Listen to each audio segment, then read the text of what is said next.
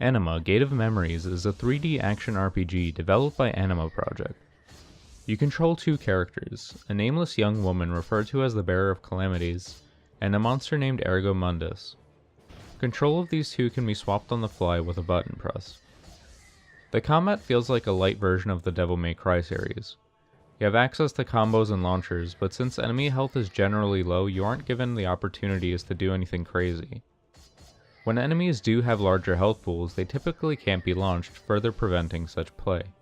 The most interesting thing that the combat system provides are links. After using a special attack from either the bearer or Ergo, you can press the character swap button to automatically link into another specific attack. These will keep chaining if you continue to press the swap button after each attack. This applies to just about every special attack, including buffs. Again, in the vein of DMC Lite, there's a score system. As far as I can tell, it doesn't care about variation though. I found that I was able to get an S rank by spamming a single AoE spell. The only time that I would actually D rank was when I got hit. There's no actual weight put into the scores, however. The game features a skill tree with each character having their own. Around half of the tree is unique for them, with a lot of overlap. Ultimately, the bearer is better suited for spells, with Ergos being stronger with physical attacks. Further character customization is done through equipment. Both the bearer and Ergo have 2 weapon slots alongside 2 artifact slots. Artifacts provide defensive stats, with the occasional bonus property like health regeneration. There is a fairly large pool of equipment to find, but it was rare to find upgrades. Most of the time, items were slight side grades at best, leading to a lot of redundancies. There are 5 primary locations within the game, each differing in theme and setting. Your goal is to find memories, bits of story that are linked to the boss of the area. Each boss has 5 of these memories, and at least 3 must be found to progress. These are generally locked behind puzzles or enemy encounters. The puzzle difficulty leans on the easier side of things, but are well done nonetheless. I personally enjoyed the general story and most of the writing, but it was often riddled with grammatical errors and typos. Also, those memories I mentioned were almost always read differently from how they were presented.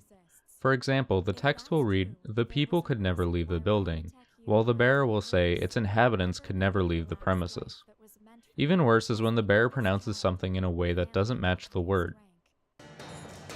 Nascal entered the hall where the Council of Brax was taking place. Brax? Bourlage. Bourlage. Bourlage. Impressive, yet fertile. Futile? Futile? How did no one correct that? Outside of mispronunciations, the voice acting can be hit or miss. Sometimes it's more than fine, and other times just the complete opposite.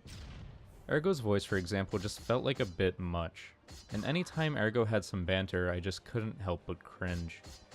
If the bearer ever had a response to one of Ergo's comments, you can bet your ass it'll be something along the lines of, "Shut up. Oh, shut up. Shut up." "Shut up." There are 5 endings in the game, and they aren't just some button prompts at the end either. At the same time, you can't mess up going to any ending, allowing you to get all of them within the same save if you aren't interested in playing all the way through multiple times. There are 2 that can only be obtained incredibly early, but I'd be surprised to see someone get either outside of New Game Plus. There are 2 modes of difficulty, easy and normal. Despite not being too great at faster paced action games, I managed to stumble my way through normal mode with relative ease. It's a bit odd that there isn't a harder difficulty, even after finishing the game. Overall, Anima Gate of Memories is a serviceable action RPG. The combat serves those that want something that looks cool, without having as much depth of more intense beat-em-ups. Getting the true ending took a little over 12 hours, and I'm getting some additional time going through New Game Plus. If you can handle some subpar voice acting and the occasional cringy line, then consider Anima Gate of Memories. I can kill anything. Take a look, I'm in a book, a reading Ergo, a reading Ergo, a reading Ergo.